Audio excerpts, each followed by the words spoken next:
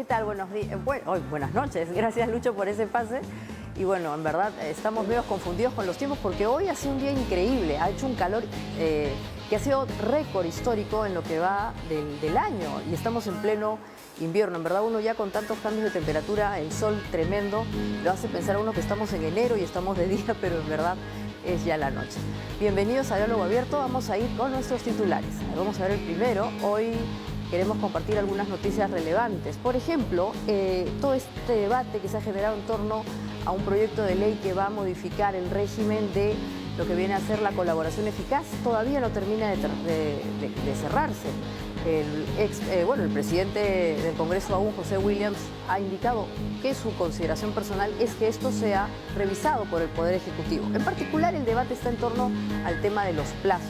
Algunos consideran que es todavía corto el que se ha definido, 8 meses, 12 meses. Es necesario que sea más amplio porque la complejidad de los casos a los cuales se acogen los llamados colaboradores eficaces lo requieren. Así que vamos a ver qué va a pasar en los próximos días y estaremos atentos. La siguiente noticia también es interesante, es casi un gesto político. Hoy la fiscal de la Nación ha hecho un mea culpa, indicando además sus disculpas a la ciudadanía por el caso del denominado delincuente Maldito Cris. Sus cómplices, como sabemos, fueron liberados y esto, de cierta manera, está vinculado con responsabilidad del Ministerio Público. De cierta manera, la fiscal lo ha reconocido así y ha indicado que va a hacer mayores esfuerzos para que esto no vuelva a suceder y, evidentemente, es necesario que se haya hecho ese tipo de mea culpa. El siguiente tuit, vamos a verlo, es más bien de corte entre económico y social. El ministro de Trabajo hoy día ha cumplido su tiempo, 100 días, ha dado una suerte de primera aproximación de lo que quiere hacer y uno de sus primeros retos está vinculado a volver a activar el Consejo Nacional del Trabajo y le ha puesto fecha, sería el 13 de julio. Este es un espacio importante porque se unen de alguna manera en un diálogo las dos fuerzas históricamente opuestas, políticamente además, los trabajadores y la patronal, así se dice, y obviamente la intención es llegar a acuerdos. Uno de ellos está vinculado a la remuneración mínima vital, que parece que se va a revisar técnicamente. Así que vamos a ver seguramente eso pronto en este diálogo abierto también para entender más. Y la última noticia, ahí va, está relacionada también con lo que había mencionado al comienzo y que nos genera confusión. Estamos en enero, estamos en febrero, no, estamos en el mes de julio, en pleno invierno, y hoy, de acuerdo al CENAMI, se ha batido el récord histórico del año.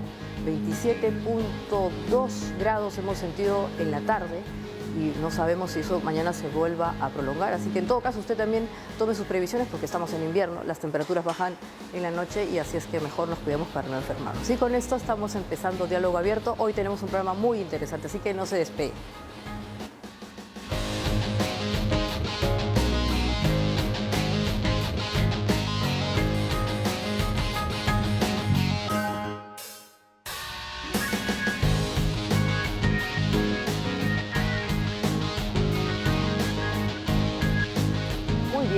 Ahora vamos a empezar con nuestra primera charla y mi contertulia esta vez es Paola Herrera. Ella es economista del IPE, del Instituto Peruano de Economía, para hablar de competitividad, pero no de países, sino de las regiones que están en el país.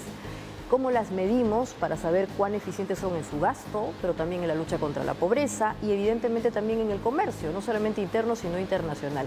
Así que le vamos a dar la bienvenida a Paola para hablar al respecto. Buenas noches, Paola, gracias por estar con nosotros. Buenas noches, Maite, muchas gracias por la invitación. Cuéntanos un poco este índice de competitividad, ¿qué mide? Exacto.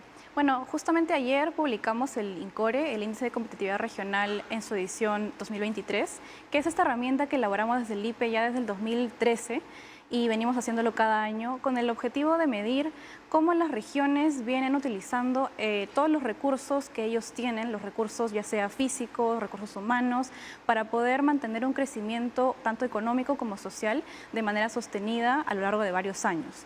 Entonces, es importante medir la competitividad porque una región que es más competitiva tiene esta capacidad de utilizar, como dije, sus recursos y poder reducir sus niveles de pobreza, tener mejores resultados sociales.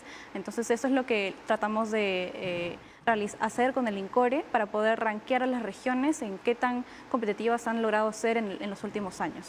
Claro, y cuando uno genera un índice, plantea también un parangón, o sea, un modelo al cual quiere llegar. ¿cuál es el modelo o el parangón que se ha establecido para decir que una región es más o menos competitiva? En el INCORE nosotros evaluamos 6 pilares de competitividad. En total son 40 indicadores que obtenemos de diferentes fuentes públicas, fuentes oficiales, y esos pilares, por ejemplo, son entorno económico, infraestructura, educación, salud, laboral y instituciones. Entonces, dentro de estos pilares, lo que tratamos de medir es cómo se comporta cada región, sobre todo para ver cuál es la posición relativa que tiene respecto a otras regiones, ¿no? Entonces, por ejemplo, lo que hemos visto en las últimas ediciones es que el ranking de competitividad lo lideran las regiones de la costa, sobre todo de la costa sur. La región más competitiva se mantiene Lima Metropolitana y Callao, que la consideramos como una sola región, y luego siguen las regiones de la costa sur como Moquegua, que está en segundo puesto, Tacna, que está en tercer puesto, luego viene Arequipa, Ica, y estas son las regiones que vienen liderando los entornos económicos y sociales que evaluamos en el INCORE. Claro, y creo que vamos a ver un cuadro ahora para que nos expliques mejor exactamente los distintos ejes o elementos que está considerando el IPE para medir esa competitividad. A ver, no sé si lo vamos a poder ver pronto, pero en todo caso, la primera ahí lo tenemos, ¿no? Entonces, en este cuadro lo que estamos viendo es a las regiones que tú has mencionado como más competitivas, ¿no? Está al sur Moquegua, y también está Puno, está Lima y está Ucayali, está Lima y Loreto, Tacna y Loreto, Lima, Cajamarca, Moquegua y Pasco, Moquegua y Pasco, pero en este caso en distintas posiciones, digamos, en los extremos. ¿Eso qué quiere decir? Exacto. Justamente estos 6 pilares que son los que componen el INCORE, podemos ver que la mayoría de regiones que lideran, que son las regiones que están en la parte superior, son Lima Metropolitana y Callao, que ese es el Lima asterisco que consideramos como una sola región en este ranking. El segundo puesto de competitividad, que era Moquegua, está liderando los pilares entorno económico e instituciones. Y Tacna, que es la tercera región más competitiva, por ejemplo, lidera el pilar salud. Y en el otro extremo vemos a las regiones menos competitivas. En el INCORE general, en el ranking general, la última posición la tiene Loreto y vemos que se ubica principalmente en las últimas posiciones en el pilar salud y educación. Entonces tiene los peores rendimientos en este tipo de indicadores. Qué interesante. O sea, de acuerdo a este cuadro, el mejor resultado en educación a nivel de regiones lo tiene Tacna. Así es. Y asimismo, el peor resultado en educación lo tiene Loreto y Cajamarca y Puno, según este cuadro. En educación, no, perdón, sí. En educación es en Loreto. En educación Tacna. Perdón, Loreto, sí. En Loreto. Ajá. Claro. Sí, por ejemplo, en el pilar de educación resalta Tacna, que ha mantenido los mejores rendimientos escolares de sus estudiantes, tanto en primaria como en secundaria. El Minedo realiza estas pruebas estandarizadas en lectura y matemáticas, y Tacna viene siendo la que ha liderado estos rendimientos, mientras que Loreto, en todas las ediciones del INCORE, se encuentra en la última posición en estos indicadores, teniendo solamente el 2%, menos del 2% de estudiantes que tienen resultados satisfactorios en estas pruebas. Exacto, ahí lo tenemos más amplio. Es sí. interesante. En el caso de instituciones, la región que lidera ese indicador es Moquegua. Sí. ¿Cómo han definido instituciones? En instituciones evaluamos indicadores, por un lado, de gestión pública. Tenemos indicadores como la tasa de ejecución de la inversión pública, que demuestra qué tan eficiente es un gobierno regional, un gobierno local, en utilizar los recursos fiscales disponibles. Luego también tenemos indicadores de inseguridad ciudadana, por ejemplo, tasas de victimización, tasas de homicidios y también un indicador de conflictividad social. En el caso de Moquegua, por ejemplo, en lo que lidera es un poco en la recaudación municipal. Tiene la mayor cantidad de recursos municipales que recaudan por habitante. Entonces, esta es una importante ventaja que tiene la región porque tiene mayores recursos para poder utilizarlos en su región. Y en cambio, el peor resultado en ese indicador lo tiene Pasco. Pasco en general tiene bajos resultados en los indicadores que he mencionado, tiene bajo desempeño en inversión pública, también últimamente ha habido regiones que han incrementado la conflictividad social, como hemos estado viendo en los últimos años, en los últimos meses sobre todo. Entonces Pasco es la que tiene menores desempeños en este pilar. Claro, y uno muy interesante para ir cerrando este primer cuadro es el entorno económico. Ahí también lidera Moquegua. Sí. O sea, Moquegua es una región muy interesante. ¿Han hecho algún análisis más global y profundo de por qué está liderando en indicadores relevantes, instituciones y entorno económico. Sí, Moquegua en el caso del entorno económico lidera, lo que destaca es que tiene el PBI por habitante más alto del país. Ajá. Expliquemos eso, ¿qué significa que tiene el PBI más alto por habitante? Digamos, comparamos la producción, que es el PBI, y lo relativizamos a la cantidad de población que hay, ¿no? En Moquegua es una región pequeña, entonces hay poca población, pero también ha logrado niveles importantes de producción por diferentes actividades. Una de ellas es la minería, y claro. justamente con el inicio del proyecto Quellaveco tiene potencial de seguir mejorando incluso más en este indicador de PBI. Ya, a ver, vamos a volver a ver el cuadro, no sé si lo podemos chequear, porque en ese indicador además el que está mal es Puno. En el indicador de entorno económico. Sí. ¿Y allí qué pasa? Puno, Por tanto, el PBI más bajo del Perú está en Puno. Según esto, ¿no? Tiene uno de los niveles más bajos de PIB per cápita. Otros indicadores que evaluamos en el entorno económico son también el acceso a servicios financieros. Ya. Por ejemplo, cuál es el porcentaje de adultos que tiene algún crédito en alguna entidad financiera, cuál es el porcentaje de adultos que tiene una cuenta en entidades bancarias, en entidades financieras, porque esto nos dice un poco más sobre su capacidad adquisitiva. También el gasto por habitante, el gasto que tiene que tiene la población por mes, que también nos indica cuál es su capacidad adquisitiva, y Puno ha tenido uno de los menores resultados en estos indicadores. Estupendo, entonces hay una relación directa entre la competitividad y los niveles de pobreza que tienen las regiones. Sí. Y tenemos otro cuadro justamente para explicar un poco más eso, pero en todo caso, ¿qué ha pasado con las regiones del oriente que están también mal colocadas en este índice? Sí, en general en las regiones del oriente las principales brechas que se observan, como ya hemos visto en el caso de Loreto, es uno de los ejemplos, es en los pilares sociales, en los indicadores de salud, indicadores de educación. Últimamente también ha habido un menor desempeño, por ejemplo, el caso de Ucayali, que ha perdido competitividad en el pilar instituciones porque tiene un... Bueno, también ese es el caso de Amazonas, ¿no? Acá vamos a ver otro cuadro, ahí queremos compartir con nuestros... la gente que nos está siguiendo vía televisión. Entonces aquí tenemos, por ejemplo, ya la distribución, ¿no es cierto? A ver, expliquemos un poco este cuadro, sí. Paola. Claro, como explicaba, una región competitiva tiene mayores posibilidades de aprovechar los recursos que tiene para generar un mayor bienestar social.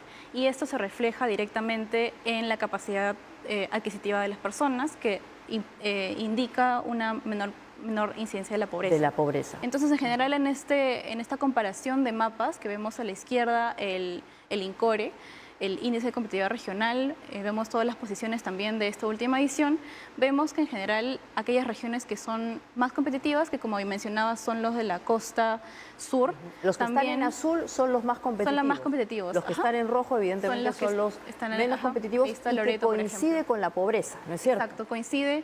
Claramente no es exacto. Hay algunas regiones que no van a coincidir en la misma posición, digamos, del nivel de pobreza, pero vemos que las zonas azules se concentran también de nuevo en la zona sur, en la zona costa sur, mientras que las zonas rojas están más concentradas en la zona oriente y central del país, ¿no? Que son también las regiones menos competitivas. Me parece interesante el cuadro de la competitividad que presentan ustedes porque al sur es donde está lo más competitivo, ¿no? O sea, las regiones como Arequipa, Moquegua, Tacna, esos tres son, bueno, importantes, ¿no? Y ahí ya vamos siguiendo la costa que conocemos, ¿no? Sí. Y esto está también vinculado con el tema de la pobreza, salvo el caso de Tacna, ¿no? En donde, por ejemplo, ya no está en azul, sino está en gris. ¿Y eso qué indica? Es un nivel intermedio de pobreza. Como mencionaba, la posición que tenga en el INCORE tampoco coincide exactamente con la posición en pobreza que tiene, porque hay otros factores. Por ejemplo, en Tacna lo que hemos visto es que lidera en educación y eso de repente no se relaciona directamente con la capacidad adquisitiva el gasto que tiene, que es lo que define el nivel de pobreza, ¿no? Perfecto. Tenemos un cuadro más, Paola, para seguir entendiendo el valor de este instrumento que en verdad es muy útil, realmente no solamente para los que quieren saber más del Perú, sino para los que hacen políticas públicas. Exacto. Y para los propios el objetivo principal gobernadores, es justamente alcaldes, que las autoridades puedan utilizar esta Exactamente. A ver, ¿aquí qué tenemos? Aquí tenemos los cambios entre el INCORE del año pasado, el 2022, y el ranking de este año. Acá podemos notar, por ejemplo, que en las primeras posiciones las regiones no se han movido de posiciones, y esto viene a un punto importante acerca de la competitividad, es que es un proceso de largo plazo. Claro. Las mejoras no se dan de un año al otro, Así es. sino que se dan en un periodo de 5, 10 Y necesitan años. constancia, ¿no? Exacto. Continuidad. Es un horizonte de tiempo largo para poder ver en realidad mejoras, sobre todo que persistan en el tiempo. Así es. ¿Y Pero cómo también, está sí. respecto del 2022, el 2023? Justamente aquí lo que vemos en este cuadro que muestra los cambios de las posiciones, uno de los casos que resalta es que Huancavelica dejó de ser la segunda región menos competitiva. Antes ¿Ya? estaba en el puesto 24, solamente superaba a Loreto. Y en esta última edición logró ascender 2 posiciones, desplazó a Huánuco y a Ucayali. Ajá. Y esto, en general, si bien Huancavelica todavía tiene un montón de brechas por atender, un montón de retos pendientes, esto lo logró por algunas mejoras, por ejemplo, en el pilar infraestructura. Ya. Huancavelica el año pasado se ubicaba en la última posición en el pilar infraestructura, porque en este pilar, por ejemplo, evaluamos la calidad de las redes viales, el acceso a servicios básicos, el acceso a internet fijo, que se ha vuelto muchísimo más relevante con la pandemia. Y lo que logró Huancavelica, una de las cosas que hizo que Huancavelica subiera de posición fue que tuvo un aumento mayor en el acceso a internet móvil.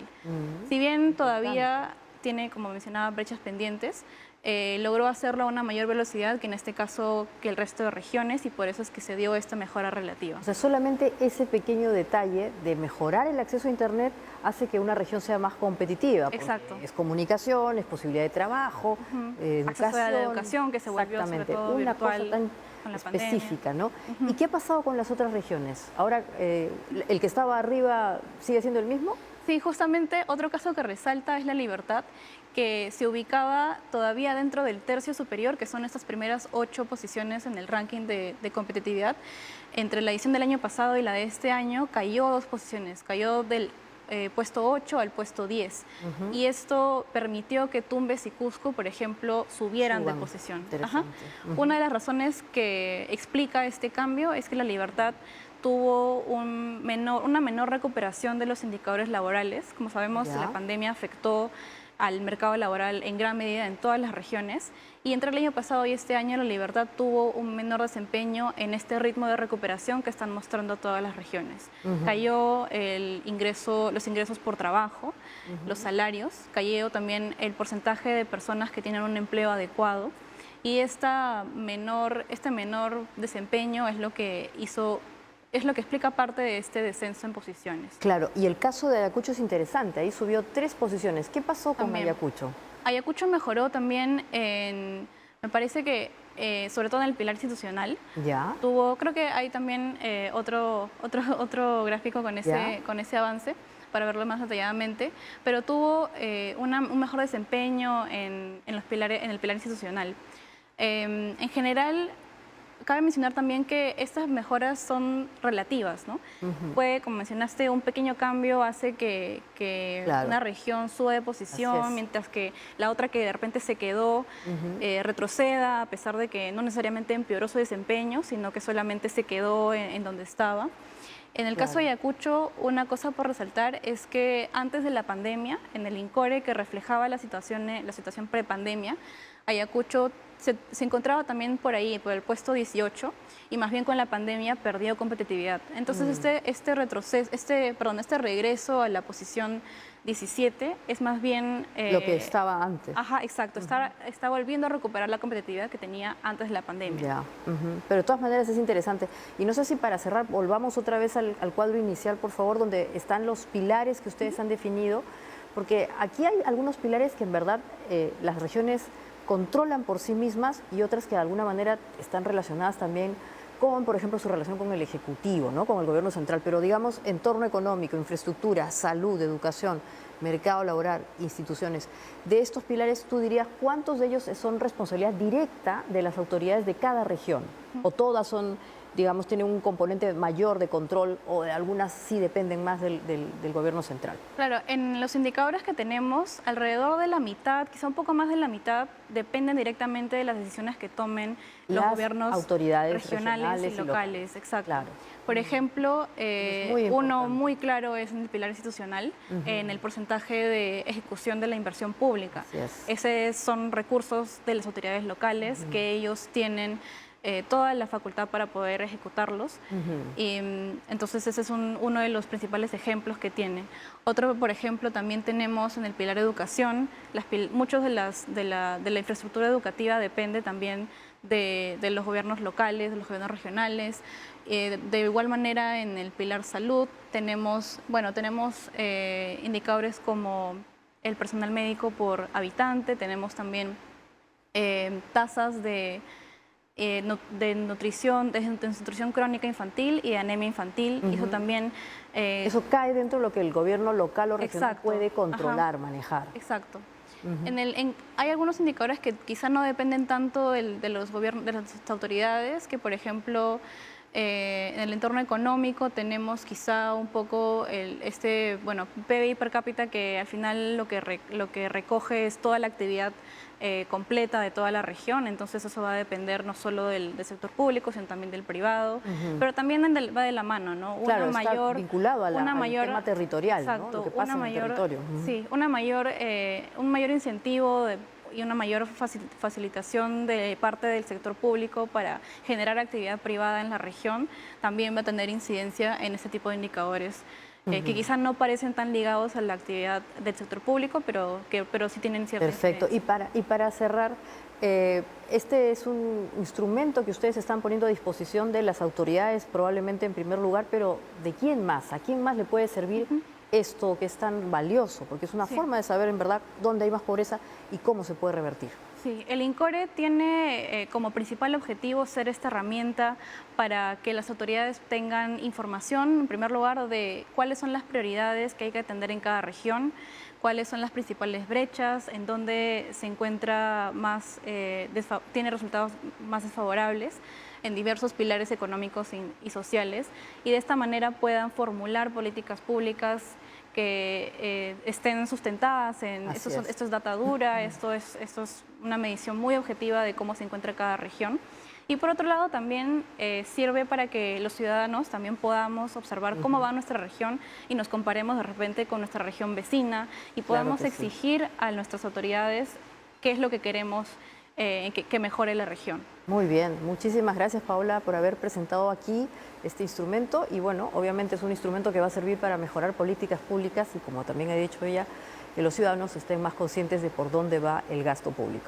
Bueno, y después del corte vamos a ir con nuestra segunda charla y nuestro contertulio será el señor Benjamín Marticorena, el doctor Benjamín Marticorena, presidente del Consejo Nacional de Ciencia, Tecnología e Innovación. Vamos a hablar de tecnología, que es un elemento que también propicia la competitividad a raíz de la Semana de la Innovación que se inició ayer. Así que no se vayan, vamos a volver con eso en Diálogo Abierto.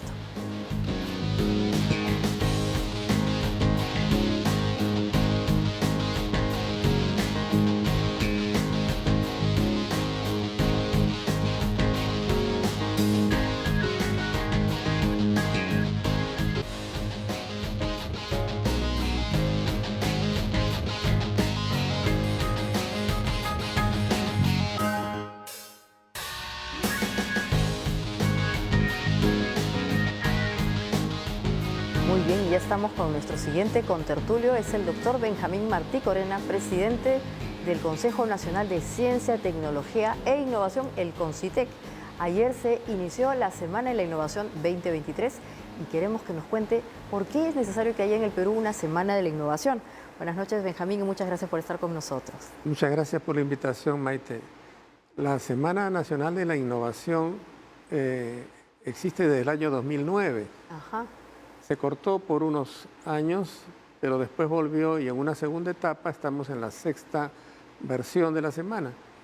Y en esos últimos 6 años se ha convertido en realidad en un certamen que reúne a todos los actores del Sistema Nacional de Ciencia y Tecnología e Innovación. Es decir, a todos los que tienen que ver con la producción de conocimientos, con el uso de conocimientos, con la promoción, con el financiamiento, en fin, todo el universo de instituciones y de personas que se ocupan de la innovación en los sectores productivos y en los servicios públicos. Claro, y a veces cuando, y esto es una charla que hemos tenido varias veces, aquí mismo hubo un programa de tecnología, de ciencia, que tuve el gusto de conducir durante muchos años. Hablábamos de que los temas de la ciencia, la tecnología y la innovación no solamente le interesa a los científicos o a los ingenieros o a los doctores, sino que debería interesarle a todos los ciudadanos, porque los avances tecnológicos y científicos nos cambian la vida. Mira, ahora estamos viendo el índice de competitividad regional y hay regiones que suben de posición gracias a, por ejemplo, acceso a Internet. Entonces, esta Semana de la Innovación ayuda a que la ciudadanía se acerque a este tipo de contenidos. Sí, mucho en realidad, ¿no? Porque se reúnen todos los actores y todos los campos de actividad económica y social tienen componentes de ciencia, tecnología e innovación. Es decir, este es un campo, estos son temas transversales que interesan a todos los sectores y a todas las actividades de la economía y de la sociedad. Es decir, no hay nada que no tenga un componente de ciencia, tecnología e innovación, ¿no? El terremoto que se viene, el deshielo en la cordillera que estamos viendo, ayer se ha informado que el Huascarán se está cayendo grandes bloques de hielo, el Niño que acaba de anunciarse, la actividad volcánica en el Ubinas, todo eso son temas, son campos, dominios de la investigación científica y de la previsión también social para que pueda mitigarse los impactos negativos de este universo geofísico, ¿no? En el que Exacto. vivimos. Y la Semana de la Innovación seguramente propone algunas temáticas o promueve algunas tecnologías en cada una de sus versiones. Este año, ¿el foco en dónde va a estar? Bueno, cada año cambia un poco dependiendo de las tendencias mundiales y nacionales, los intereses regionales también, trabajamos mucho con las regiones del país y entonces en este año se está hablando de economía circular en primer lugar, ¿no? Que es un tema de enorme interés mundial y que aquí en particular valoramos de manera muy especial. El fondo que disponemos ahora con el Banco Mundial está destinado casi 100% a economía circular, casi todo ese fondo. Es una suma importante que se destina a ese fondo por distintos caminos y en distintos campos, en salud pública, en seguridad alimentaria, en energías renovables. La gestión del agua, de los temas sanitarios, ¿no? Exacto, la gestión del suelo, ¿no?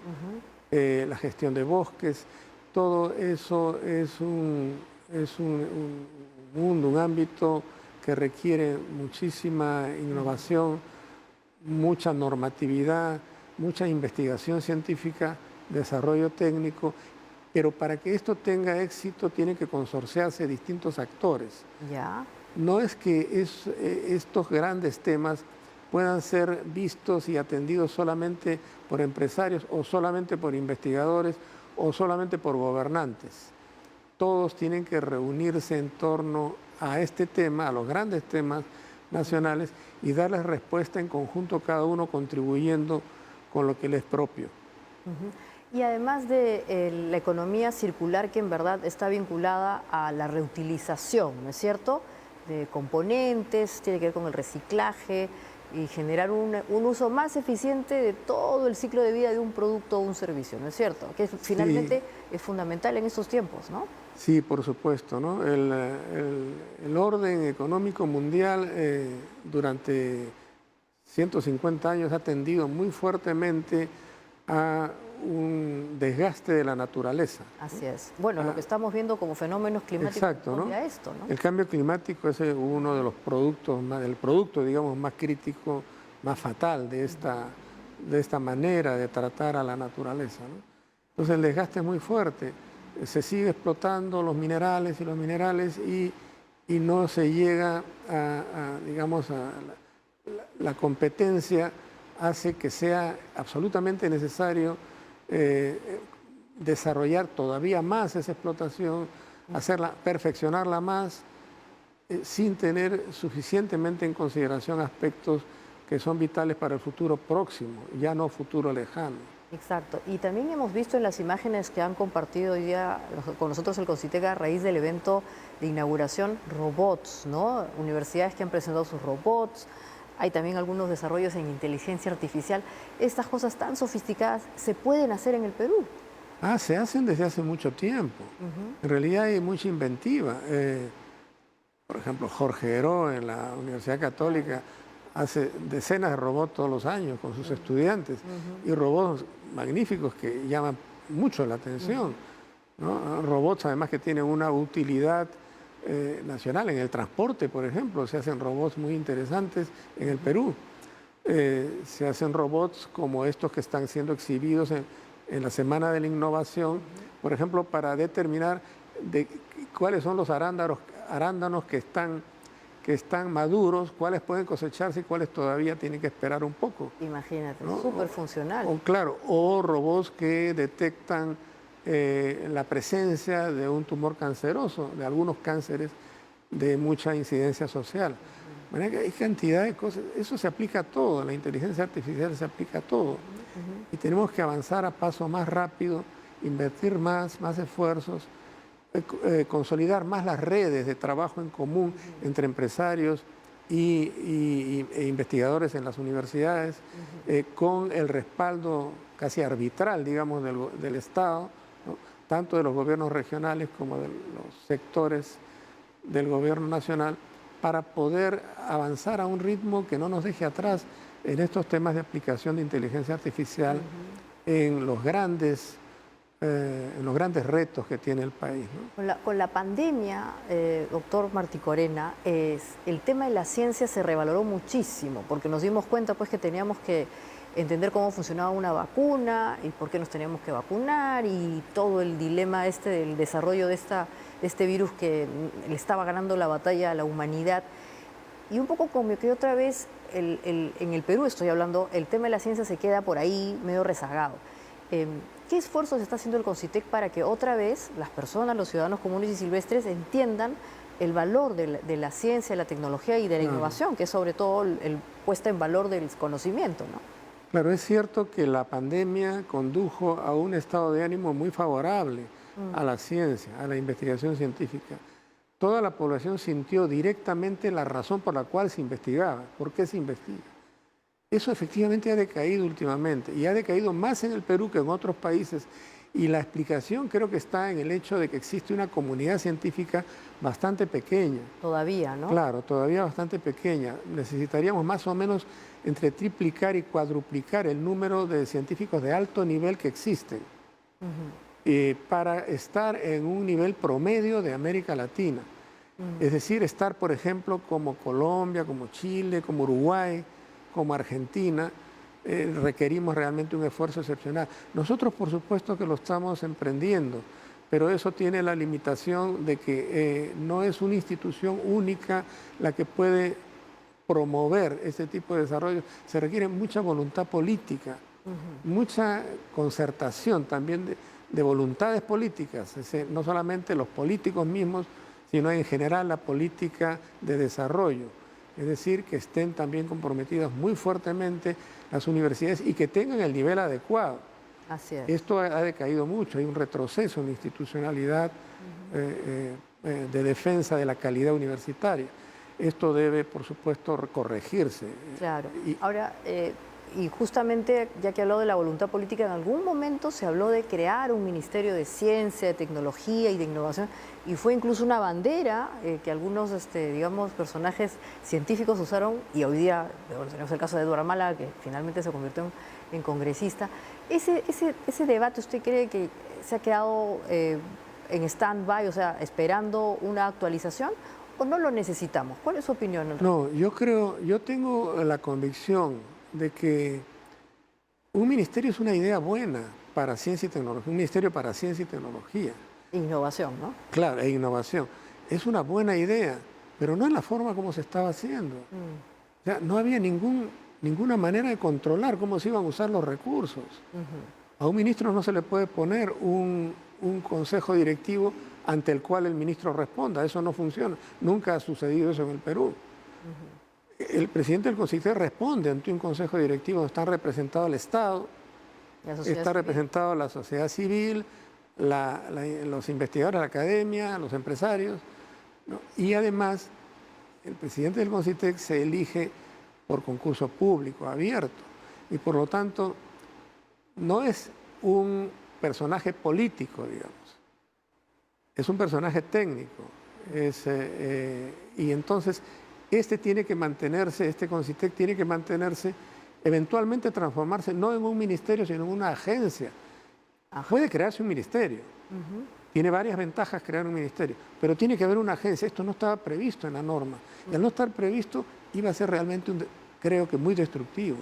Entonces, hasta cierto punto, está bien que se haya dado un tiempo para hacer un análisis más profundo. Claro que sí. Porque seguramente hay prioridades, ¿no? Por ejemplo, ¿cómo hacemos que hayan más científicos o más gente interesada en la tecnología? Porque, como bien indica usted, la comunidad es muy chiquita. Aún si quisiéramos generar mucha más desarrollo científico, no tenemos a tanta gente preparada. No, y otro tema fundamental es las relaciones internacionales. Claro. La tendencia mundial es a que los científicos no hacen sus investigaciones solos entre los investigadores de una única universidad o de una única empresa, ni siquiera entre dos universidades o tres, sino se internacionalizan. En redes. Todos trabajan en conjunto con los de otros países y buscan a sus mejores socios.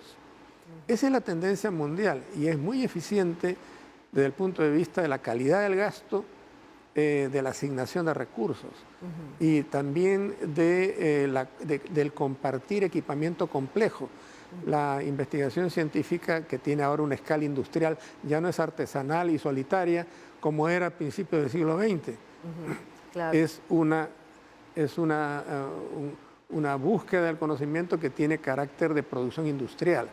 O sea, se produce masivamente. Exactamente. Además, en el caso del Perú hay como sectores globales, ¿no? Todo el tema de la Amazonía, el tema del mar, los océanos son recursos naturales que además no solamente le interesan al país, sino al mundo, a la humanidad. Y hay una gran oportunidad para el desarrollo científico y de la innovación. Claro, siendo el Perú un país mega diverso biológicamente, también lo es geológicamente, climáticamente y culturalmente. Toda esa enorme riqueza no la hemos gestionado suficientemente bien. Por eso es que estamos comenzando a perderla poco a poco y es necesario muchísima más ciencia para, digamos, garantizar la continuidad de la oferta ambiental, de la oferta de recursos y también de la comprensión del país en que vivimos para poder administrarlo bien. Así es. Y ya para cerrar, si queremos ir a esta feria, que también es la Semana de la Innovación, tiene una feria. ¿Dónde vamos? ¿Hasta cuándo está? ¿Los horarios? Está en el Centro de Convenciones de Lima, que está en la calle de la Arqueología, en San Borja. Buen local ese, ¿ah? Muy cerca al Ministerio de Educación. Tiene una exhibición muy bonita de robots y otros resultados de investigación muy interesantes. En realidad se han seleccionado 10. El CONCITEC financia centenares de proyectos cada año, de manera que se han seleccionado algunos de ellos, dependiendo también de la voluntad de los investigadores que los habían producido. De distintas regiones del país se tiene mucho cuidado además en esta época, sobre todo en que no retroceda la tendencia a que las regiones del país tienen la misma importancia que Lima, claro, no menos. Esto es fundamental para lograr un país unificado, con capacidad de relacionamiento interno y también con búsqueda de vínculos internacionales. Así es, entonces es toda esta semana allí en San Borja y el horario es desde las 9 de la mañana hasta las 6 de la tarde. Perfecto. Mañana miércoles, el jueves y el viernes todavía hay opción y es acceso libre, ¿no? El que quiere puede inscribirse por la web del CONCITEC, pero el inscribirse no es obligatorio para ingresar. Sin embargo, sí es obligatorio para recibir información, claro, ¿no? Folletos sobre las cosas que se están presentando en esta exposición. Estupendo, muchísimas gracias al doctor Benjamín Marticorena, gracias Benjamín por haber estado con nosotros. Y bueno, y ahora vamos a dar por terminado esta tertulia sumamente interesante. La ciencia, la tecnología y la innovación es parte de nuestras vidas, no es solamente un tema de los científicos y por eso es importante darles espacios como este. Y usted también aproveche a ir a esa feria porque seguramente si tiene hijos o usted mismo quiere aprender más, ahí va a poder conseguirlo. Y después del bloque, de la pausa, vamos a volver, también vamos a seguir hablando de universidades y ahora lo vamos a hacer con el rector de la Universidad Nacional de Ingeniería, el señor Alfonso López Chau. Así que no se vayan, vamos a hablar con él sobre tecnología, sobre ciencia, pero también sobre los contextos políticos que nunca están de más. Así que no se vayan, es diálogo abierto.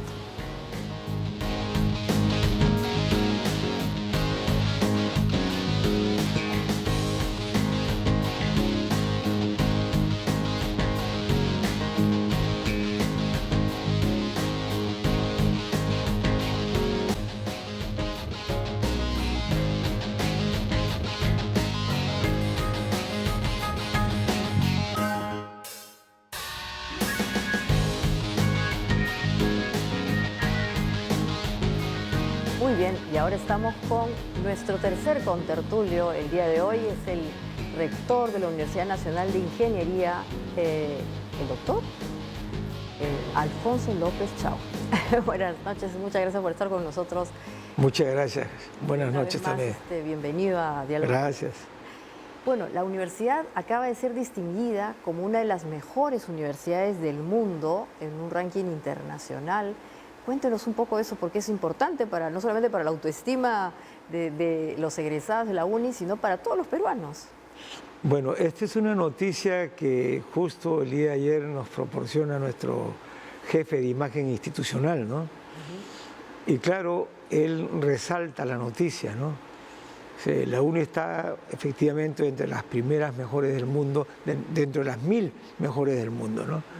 Y esto es una buena noticia y obviamente nos alienta en la UNI, alienta a los decanos, alienta a los investigadores y alienta al país, ¿no? Porque siempre es una buena noticia. Exacto. Hay una gran labor en la UNI.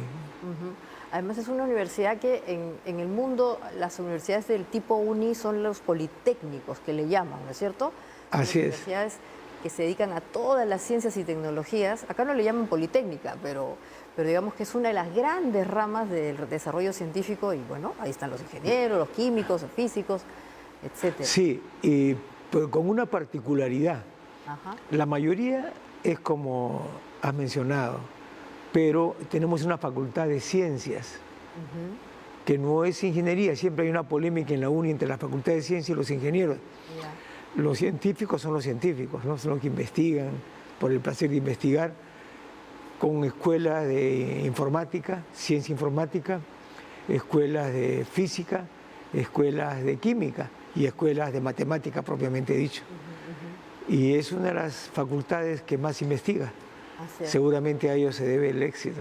Exacto. Y además, no mucha gente sabe, pero incluso la universidad también hace acción empresarial, ¿no? Tienen una empresa petrolera, algo así. A ver, cuéntenos un poquito eso, porque hasta donde yo entiendo es el único caso de este tipo en el Perú. Sí, esto fue una buena idea de los anteriores rectores.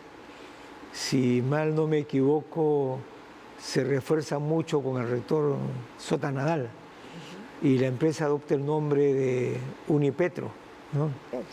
Y la UNI tiene esta empresa con exploración de petróleo en el norte y le ha ido bien, ¿no? Chico, pero le ha ido bien. ¿Para qué sirve? Para que los que están estudiando en la Facultad de Ingeniería de Petróleo practiquen. Los recursos que genera esa empresa muchas veces sirven para becar alumnos, apoyarlos en sus viajes, pero ahora esa facultad, de acuerdo con los tiempos, ha cambiado de nombre. Ya no es Unipetro, ahora se llama Unienergía.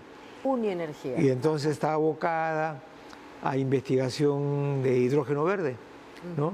Que es una idea que estamos impulsando en esta gestión del rectorado, ¿no? La transición energética. Así ¿no? es, así es. Fundamental para también, no solamente para Vital, el Perú, particularmente vital. para el Perú, ¿no? Y sobre todo permite la diversificación productiva, ¿no? Así es. Yo me encontraba en Santiago de Chile el 28 de julio del 2019. Y tuve la suerte de ver cómo el ministro de Energía le explicaba al presidente de la República, que en ese entonces era Piñera, ¿no? Pero la explicación era tan buena que se escapó el nombre de Perú en la exposición, en el sentido de que ellos tienen condiciones óptimas en el norte de Chile, que es el sur nuestro, ¿no?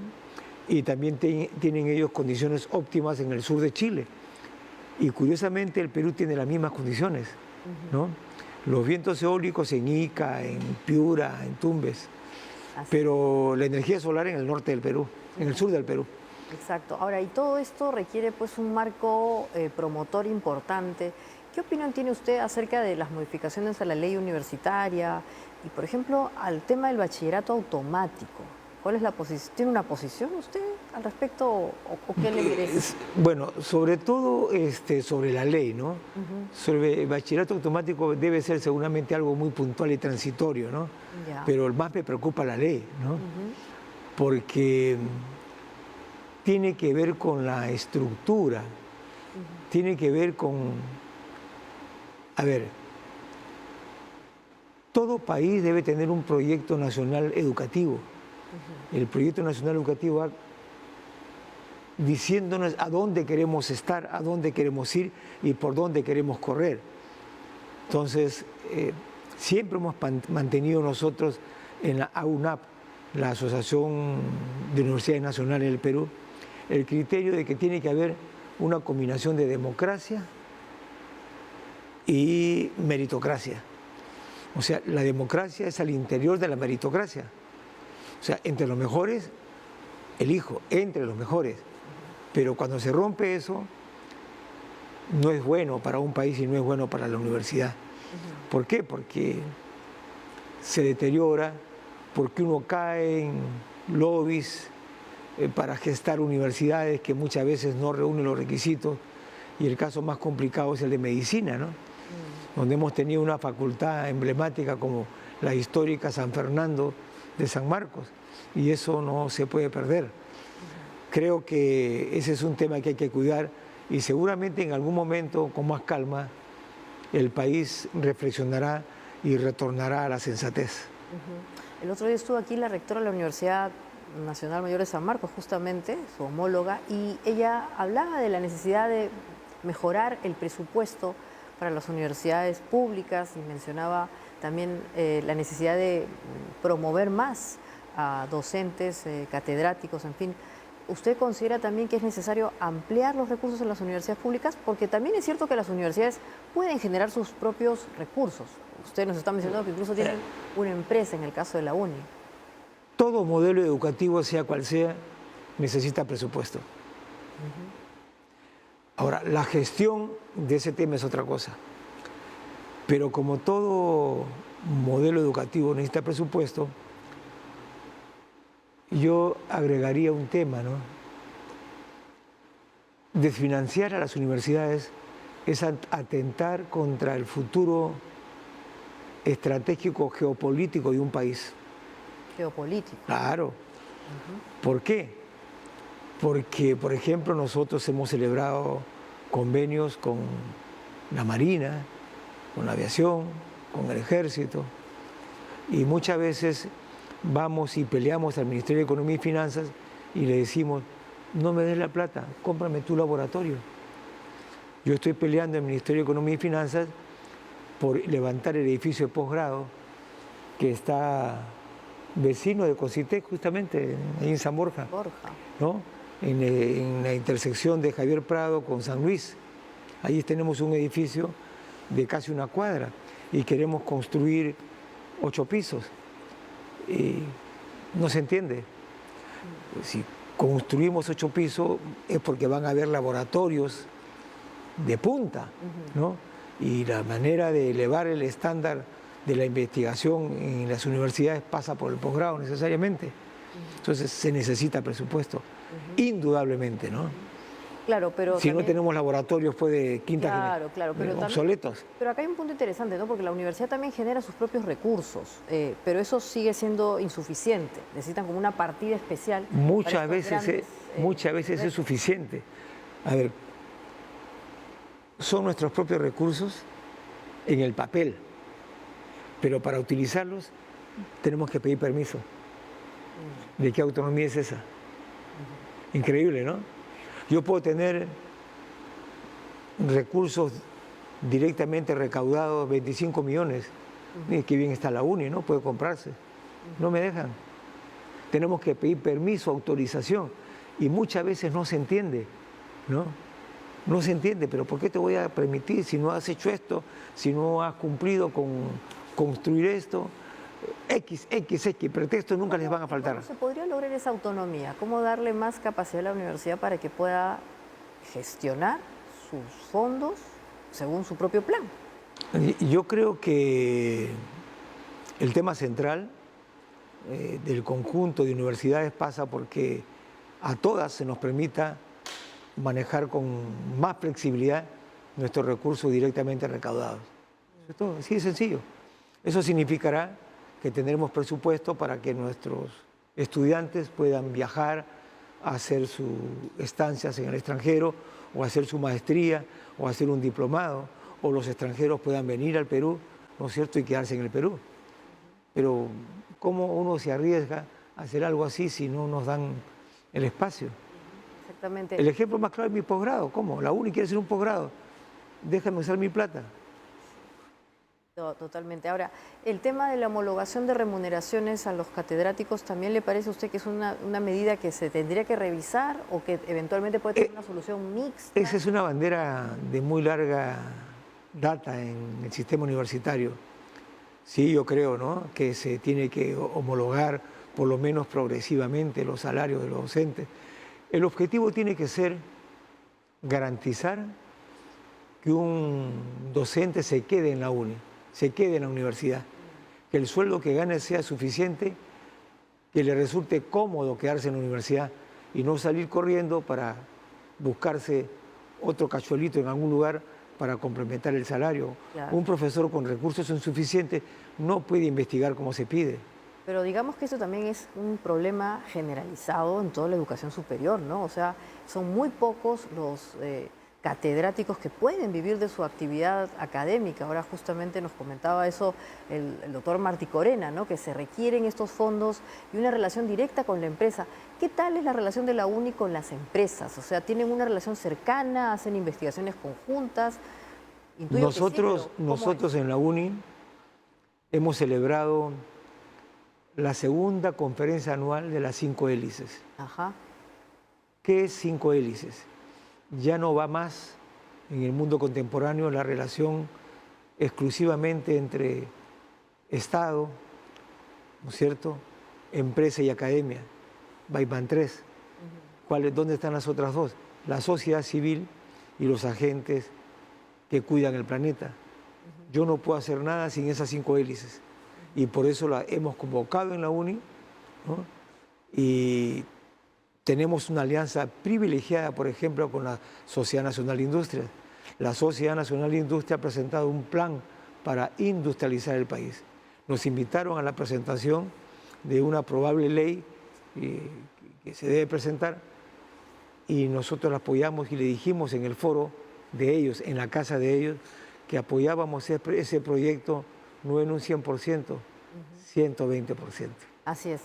Bueno, en verdad el tiempo es muy corto para hablar con usted, pero para cerrar, el tema de la política, ¿a usted le parece que es bueno que, bueno, ya tenemos un parlamentario científico, eventualmente que alguien como usted pueda también colaborar? La política no solamente formal, sino eventualmente también a través de la opinión. Yo he dicho en alguna ocasión que la política es cultura y la cultura es política de espíritu. Que un gerente es un político, un gerente empresarial es un político, ¿no?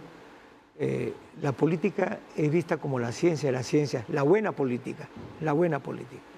Desde ese punto de vista, nosotros, como rector de la UNI, estamos obligados a promover una buena docencia, una buena investigación, y una buena responsabilidad social, ¿no? Desde ese punto de vista, nos acercamos a la sociedad. Por ejemplo, esta alianza con la Sociedad Nacional de Industria tiene que ver con la política, ¿no? Así es. En el pasado la gente decía, la mejor política industrial es la que no existe. Tal cual. Pero sí necesitamos, doctor, ciencia, porque con usted quiero cerrar el programa. Está pasando algo increíble en Arequipa. Vamos a ver una imagen. ¿En dónde? En Arequipa, con Ya. el volcán Ubinas. Y ahí se necesita ciencia. Perdón, Moquegua. Vamos a ver allí esa imagen. Y Moquegua, en verdad que lo hemos visto ya tan competitivo. Imagínense, ¿qué va a pasar allí? ¿Cuánta ciencia vamos a utilizar? Mucha gente de la UNI seguramente va a pasar por ahí, rector. Bueno, con esto nos vamos a ir. Les quiero agradecer muchísimo por el programa y también a usted, rector. Seguramente vamos a tener ocasión de conversar más de estos temas políticos. Espero. Su opinión acerca de lo que va a pasar el 19 de julio. Vamos a ver, en fin. Ustedes, como siempre, pedirles que compartan estos contenidos a través de sus redes sociales y, como siempre, si les gustaron, le ponen un like. Hasta mañana.